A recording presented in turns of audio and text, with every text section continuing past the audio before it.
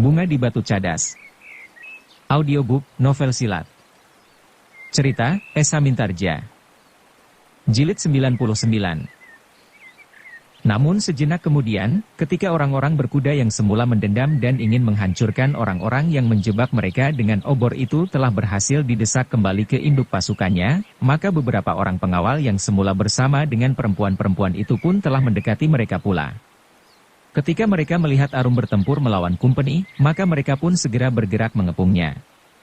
Namun tiba-tiba saja seorang yang tertua di antara mereka memberikan isyarat, agar mereka tidak mengganggu. Tetapi kedatangan mereka ternyata telah membingungkan Kumpeni itu. Selagi kepungan itu belum rapat, maka Kumpeni yang kehilangan akal itu tiba-tiba meloncat berlari untuk menyelamatkan diri, karena ia mengira bahwa orang-orang dari pasukan Pangeran Mangkubumi itu akan bersama-sama mencincangnya. Namun tindakannya itulah yang justru telah menjerumuskannya ke dalam keadaan yang sangat buruk. Orang-orang yang mendekat dengan senjata yang masih telanjang itu, telah dengan serta-merta berusaha mencegahnya. Bukan saja dengan teriakan-teriakan. Tetapi senjata-senjata mereka telah terjulur, sehingga akhirnya Kumpeni itu terkapar di tanah. Beberapa orang perempuan memekik kecil. Rara Warih pun kemudian memalingkan wajahnya. Ia sudah beberapa kali melihat orang yang terbunuh. Bahkan ia sendiri pernah membunuh seseorang di luar sadarnya. Namun setiap kali, kematian membuat jantungnya serasa berhenti mengalir. Dalam pada itu, pertempuran nampaknya masih akan berlangsung lama. Dengan demikian, maka pimpinan kelompok itu pun telah mengambil satu kebijaksanaan. Ditugaskannya beberapa orang pengawal untuk mengantar perempuan-perempuan itu melanjutkan perjalanan ke padukuhan terdekat yang berada di bawah pengaruh Pangeran Mangkubumi. Aku akan melaporkannya kepada Ki Wandawa, berkata pemimpin kelompok itu, di tempat itu, kalian sebaiknya berusaha dapat menyediakan makan dan minum lebih banyak lagi. Sementara itu kalian berada di tempat yang lebih tenang. Sejenak pemimpin kelompok itu telah mengatur untuk menyingkirkan perempuan-perempuan itu dari medan. Dalam keadaan yang cepat berkembang, maka kehadiran mereka di medan akan sangat berbahaya. Mungkin pasukan Pangeran Mangkubumi harus menghindar. Mungkin pula akan ada sikap yang lain yang akan diambil oleh pimpinan tertinggi pasukan Pangeran Mangkubumi itu. Meskipun agak kecewa, Arum terpaksa memenuhi perintah untuk bersama-sama dengan perempuan itu menyingkir dari medan. Ia termasuk seseorang yang ikut mengawal untuk melindungi perempuan-perempuan itu meskipun ia sendiri juga seorang perempuan. Demikian perempuan-perempuan itu meninggalkan medan maka pimpinan kelompok itu pun telah mencari hubungan dengan Ki Wandawa di medan perang yang seru.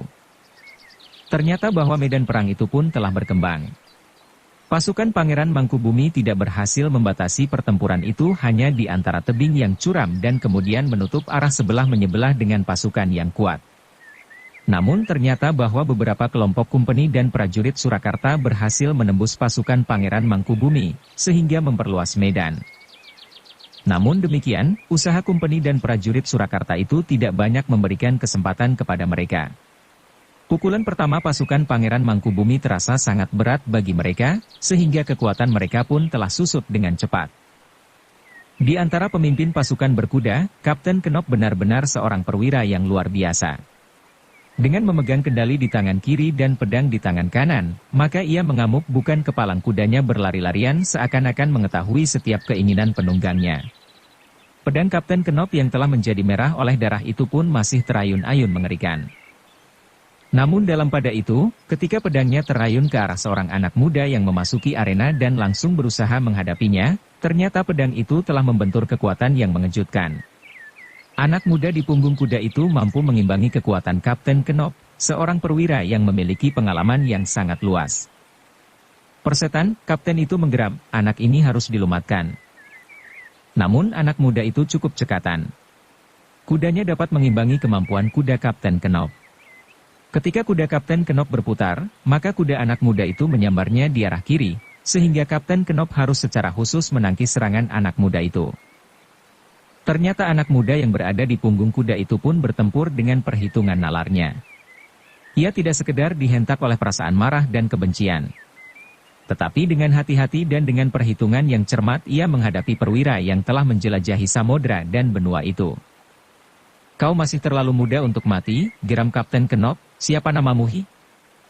Juiring, jawab anak muda itu. Kapten Knop menggeram. Ia pernah mendengar namanya. Ia pernah mendengar nama seorang pangeran yang berkhianat, justru seorang senapati agung. Dan ia pun mendengar bahwa Juiring yang ikut serta dalam pengkhianatan itu adalah anaknya. Kalau kau yang bernama Juiring, berkata Kapten Knop, maka kau memang harus dibunuh. Juiring tidak menjawab. Tetapi serangan Kapten Knop benar-benar menjadi semakin sengit. Juiring tidak menjawab. Tetapi serangan Kapten Knop benar-benar menjadi semakin sengit. Tetapi Juiring yang pernah mendapat latihan-latihan yang berat dalam pasukan berkuda di Surakarta, dan latihan-latihan kanuragan di Padepokan Jati Aking, telah berusaha mengimbangi kemarahan Kapten yang mengamuk seperti seekor singa itu. Dengan demikian, di antara pertempuran berkuda itu, Kapten Knop telah bertempur melawan Juiring. Kapten Knop yang lebih tua dan lebih luas pengalamannya, harus berhadapan dengan seorang anak muda yang jiwanya bergelora oleh tuntutan kebebasan bagi nusa dan bangsanya. Gelora perjuangan yang bergejolak di dalam dada Juiring yang semula kurang diperhitungkan oleh Kapten Knop itu ternyata telah membuatnya berdebar-debar. Jika semula Kapten Knop hanya memperhitungkan kematangan anak muda itu bermain kuda dan pedang, sehingga ia merasa akan dapat dengan cepat menguasainya, maka ia telah salah hitung. Di samping kemampuan, ketampilan dan kecepatan gerak, maka Juiring telah digelorakan pula oleh jiwa pengabdiannya yang bagaikan membakar jantung. Gelora itulah yang kemudian harus diperhitungkan pula oleh Kapten Knop. Sebab dengan gelora jiwa yang bagaikan mendidih di dalam dada itu, Juiring seolah-olah sama sekali tidak dipengaruhi oleh perasaan letih dan lelah. Karena itu, meskipun keduanya telah bertempur untuk waktu yang lama, Juiring masih saja memiliki ketangkasannya seperti saat mereka baru bertemu. Kapten Knop mengumpat di dalam hatinya, ia adalah orang yang sudah matang dalam ilmu pedang menurut jenisnya.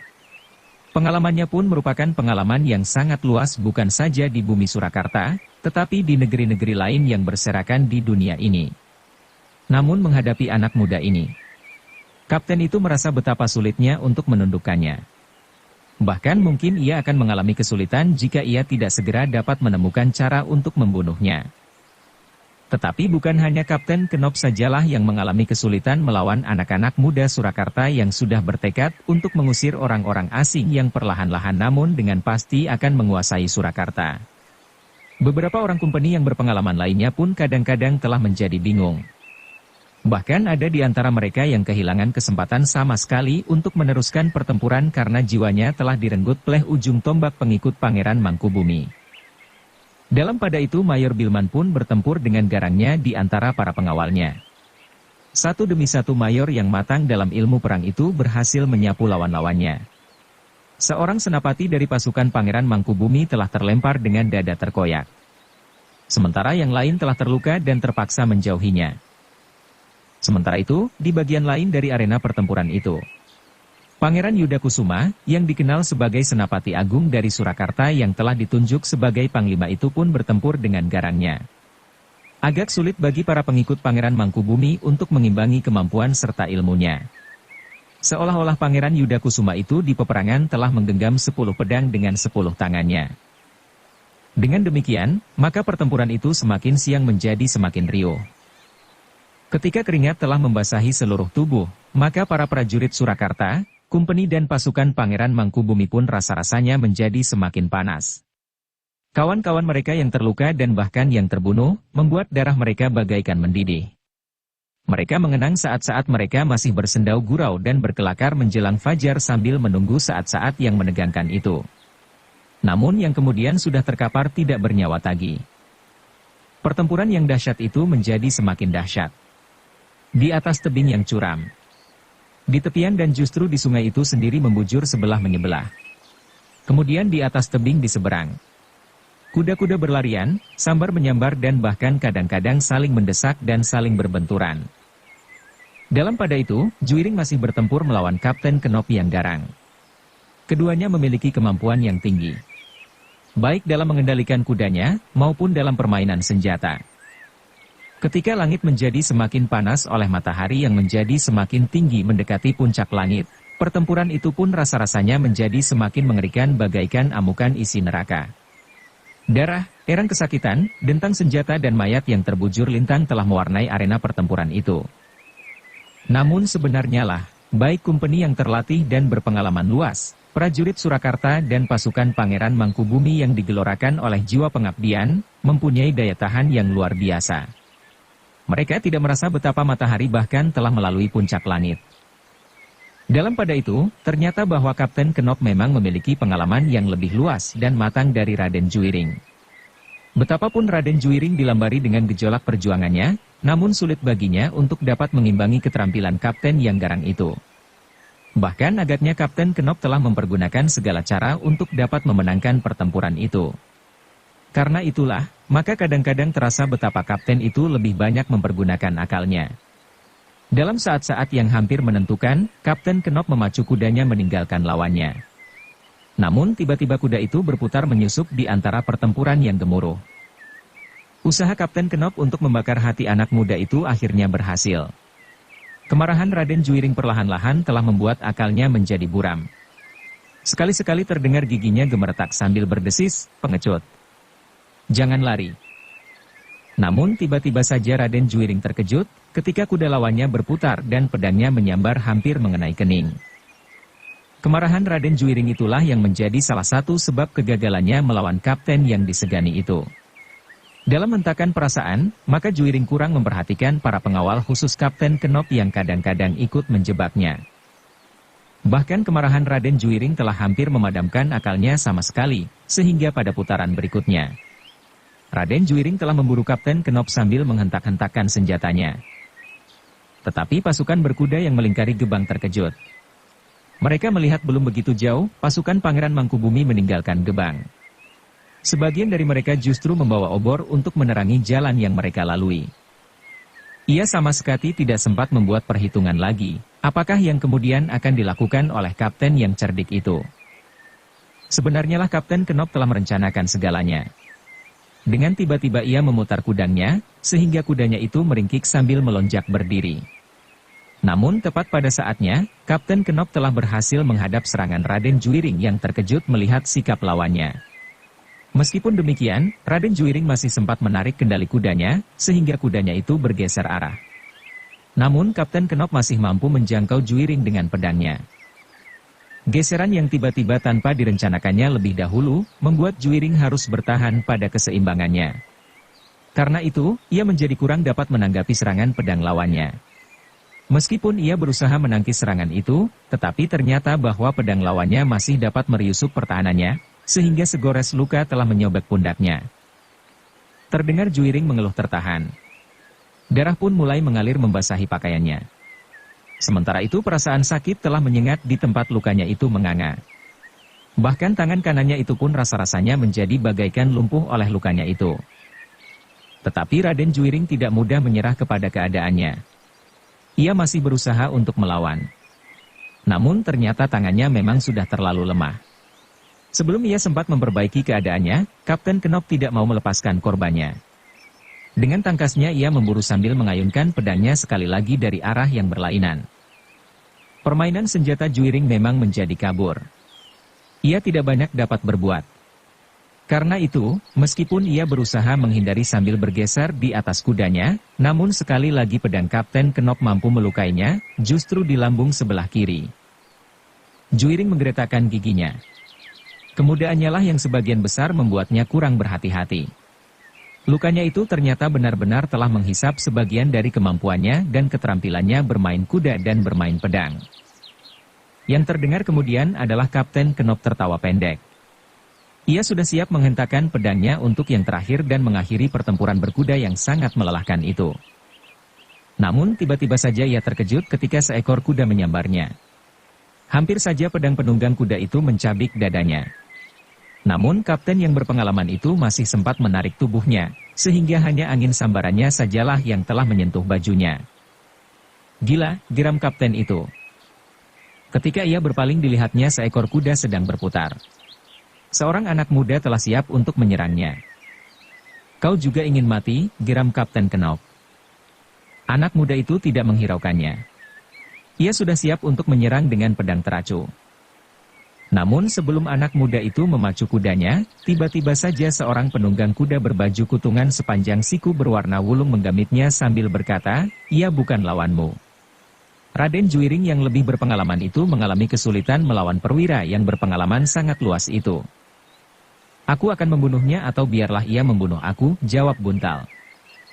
Tetapi orang itu tersenyum. Jawabnya, biarlah yang tua ini sajalah yang menghadapinya. Buntal tidak sempat menjawab lagi. Orang berbaju kurungan yang bersenjata tombak itu pun telah menggerakkan kendali kudanya. Sejenak kemudian kudanya telah berlari menyerang Kapten Kenop yang memandanginya dengan heran. Orang gila mana pula yang datang ini, geram Kapten Kenop di dalam hatinya. Tetapi ia tidak sempat membuat pertimbangan-pertimbangan. Orang berbaju kutungan itu telah menyerangnya. Ujung tombaknya hampir saja mematuk dadanya. Namun Kapten Kenop berhasil menangkisnya. Meskipun demikian, kapten itu terkejut bukan buatan.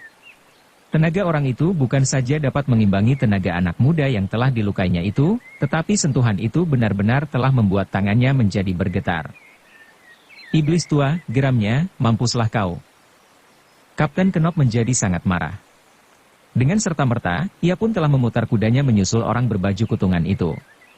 Namun orang itu telah memutar kudanya dan menghadapinya, demikianlah maka Kapten Kenop itu telah mendapat lawannya yang baru. Seorang yang sudah setengah umur, berbaju kutungan berwarna wulung dan bersenjata tombak. Pakaian orang itu sama sekali tidak meyakinkan. Tetapi ketika tombaknya mulai berputaran dan menyambar-nyambar, maka Kapten Kenop harus menghadapi kenyataan bahwa orang separuh baya itu adalah seorang yang memiliki ilmu yang sangat tinggi. Dengan segenap kemampuannya Kapten Kenop telah berusaha untuk membunuh lawannya itu pula. Ia yang kecewa karena Juiring terlepas dari tangannya, ingin mendapat sasaran baru untuk melepaskan kekecewaannya. Tetapi ternyata bahwa orang itu justru memiliki banyak kelebihan dari Juiring. Dalam kekalutan pertempuran itu, Kapten Kenop benar-benar mengalami kesulitan. Kuda orang itu bagaikan terus-menerus memburunya. Bagaimanapun juga ia mengendalikan kudanya sendiri, namun kuda lawannya itu seakan-akan dengan tiba-tiba saja telah menyergapnya lebih dahulu. Kapten Kenop mengumpat-umpat. Tetapi ia ternyata tidak mendapat banyak kesempatan. Matahari yang mulai beredar di belahan langit sebelah barat, rasa-rasanya semakin membakar arena pertempuran itu. Pada saat-saat yang gawat, tiba-tiba saja terdengar Kapten Kenop itu mengaduh. Ujung tombak lawannya telah berhasil menggores di dadanya. Memang tidak terlalu dalam, tetapi luka itu benar-benar mendebarkan. Kapten Kenop yang berpengalaman itu tahu bahwa orang-orang pribumi kadang-kadang memberi racun warangan pada ujung senjatanya. Sejenak ia masih mencoba bertahan. Tetapi kemudian badannya serasa menjadi gemetar. Dan ia pun tahu bahwa ia telah benar-benar terkena racun. Karena itulah, maka ketika orang berbaju kutung itu siap untuk menyerangnya, maka Kapten Kenop telah memutar kudanya, menyusup ke dalam lingkungan para pengawalnya.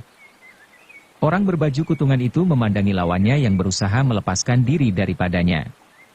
Namun orang itu tidak memburunya, karena ia pun harus memperhitungkan keadaan.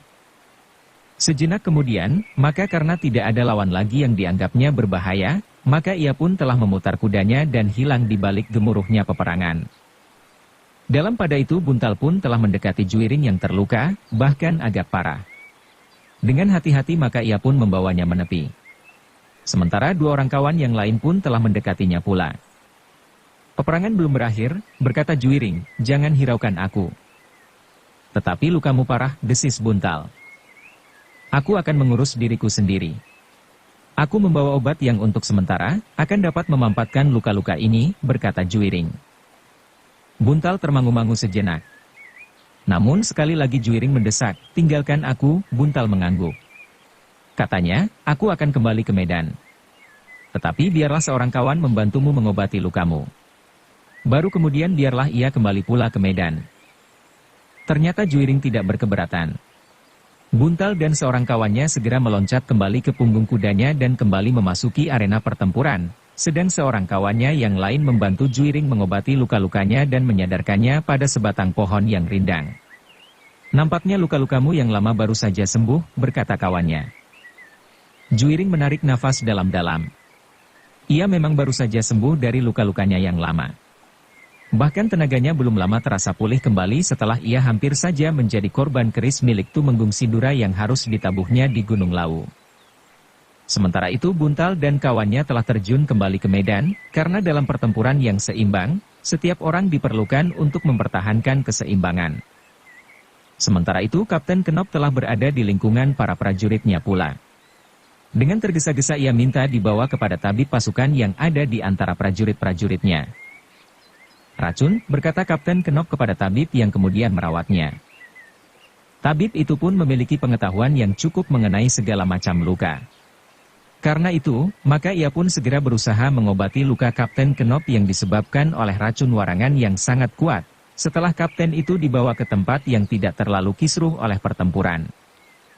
Untunglah bahwa tabib itu sempat bertindak cepat, karena Kapten Knop sendiri mempunyai pengalaman dan pengetahuan serba sedikit tentang jenis-jenis senjata orang pribumi. Jika ia terlambat barang sepenginang, maka nyawanya tentu tidak akan dapat diselamatkan lagi. Namun demikian, tenaga kapten itu bagaikan dihisap oleh racun di lukanya, yang justru telah digores dengan pisau sehingga berdarah, sementara ia harus minum obat lewat mulutnya dan kemudian obat yang ditaburkan pada luka barunya oleh goresan pisau itu. Karena itulah, maka Kapten Knop itu hanya dapat menggeram menahan kemarahannya karena ia sendiri harus berbaring di bawah pengawalan yang kuat. Laporan tentang keadaan Kapten Knop telah didengar oleh Mayor Bilman. Kemarahannya pun telah membakar jantungnya. Ia tidak dapat menahan diri untuk bertempur di tepian. Karena itu, maka ia pun telah berusaha untuk naik ke atas tebing, bertempur di antara pasukan berkuda menggantikan kepemimpinan Kapten Knop yang luka parah itu. "Pertempuran di tepian tidak seberat perang berkuda itu," berkata Mayor Bilman di dalam hatinya. Karena itu ia dapat mempercayakannya kepada perwiranya yang lain, sementara di tepian itu ada juga beberapa orang senapati Surakarta. Namun Pangeran Yudakusuma sendiri ternyata kemudian berada di atas tebing berseberangan dengan Mayor Bilman. Dengan garangnya Mayor Bilman pun kemudian menyapu para pengikut Pangeran Mangkubumi yang berusaha menyerangnya. Buntal yang melihat kehadiran Mayor itu tidak dapat menahan diri lagi. Karena itu, maka ia pun segera menyerang dengan garangnya. Mayor itu terkejut. Baru kemudian ia sadar, bahwa orang-orang berkuda di antara pasukan Pangeran Mangkubumi itu pun merupakan orang-orang yang benar-benar memiliki kemampuan berkuda dan ilmu pedang. Tetapi seperti juga Kapten Knop, Mayor itu justru memiliki kelebihan. Itulah sebabnya, maka Buntal pun segera mengalami kesulitan. Kecuali keterampilannya, ternyata tenaga Mayor itu bagaikan tenaga seekor gajah. Hampir saja pada benturan yang terjadi, pedang Buntal terlempar dari tangannya. Namun sebelum Buntal mampu memperbaiki keadaannya, maka tubuhnya lah yang hampir terlempar dari punggung kudanya. Ternyata Mayor Bilman yang cekatan itu berhasil menggoreskan senjatanya pada punggung Buntal. Namun Bilman tidak sempat membunuhnya. Seorang anak muda yang lain telah menyerangnya. Anak muda yang pernah bersama-sama dengan Juiring berada di dalam lingkungan pasukan berkuda. Bilman harus memperhitungkan keadaan itu. Karena itu maka serangannya yang akan dapat mematikan. Buntal terpaksa tertunda. Namun dalam pada itu, sekali lagi terjadi, seperti yang telah terjadi pada Buntal. Seorang berbaju kutung berwarna wulung telah menggamit anak muda itu sambil berkata, "Orang ini lebih berbahaya dari kapten yang terluka itu. Karena itu, minggirlah. Biarlah aku saja yang melawannya." Mayor Bilman yang melibat orang berbaju kurungan itu menjadi sangat marah. Ia mengerti maksud orang itu. Orang itulah yang kemudian akan melawannya dengan tombak. Karena itu, Mayor Bilman tidak menunggu lebih lama lagi. Ialah yang kemudian menyerang orang berbaju kuningan itu. Sejenak kemudian telah terjadi pertempuran yang dahsyat. Mayor Bilman benar-benar seorang pemimpin yang tangguh dan berani. Karena itu maka untuk beberapa saat ia dapat membuat orang berbaju kutungan itu menjadi gelisah. Namun di saat terakhir, ternyata bahwa Mayor itu pun tidak mampu melawan kecepatan ujung tombak orang itu. Ketika Mayor itu sedang sibuk memutar kudanya, maka orang berbaju kutungan itu sempat menyerangnya dari samping. Mayor Bilman berusaha untuk mengelak. Tetapi kuda orang berbaju kutungan itu telah menyambar kuda Mayor Bilman, sehingga kuda itu tergeser. Maka orang berbaju kutungan itu cepat bertindak. Kudanya telah diputarnya mendesak kuda Mayor Bilman. Pada jarak yang pendek itu orang berbaju kutungan itu telah berhasil menggoreskan ujung tombaknya pada lengan Mayor Bilman. Betapa kemarahan Mayor itu menghentak-hentak di dadanya. Seperti Kapten Kenok, maka ia pun mengerti bahwa ujung tombak itu tentu beracun. Namun karena kemarahan yang meluap, maka ia justru berusaha memburunya dan menyerang dengan pedangnya. Bersambung ke jilid 100. Dukung kami dengan subscribe, follow, like, komen dan share. Terima kasih.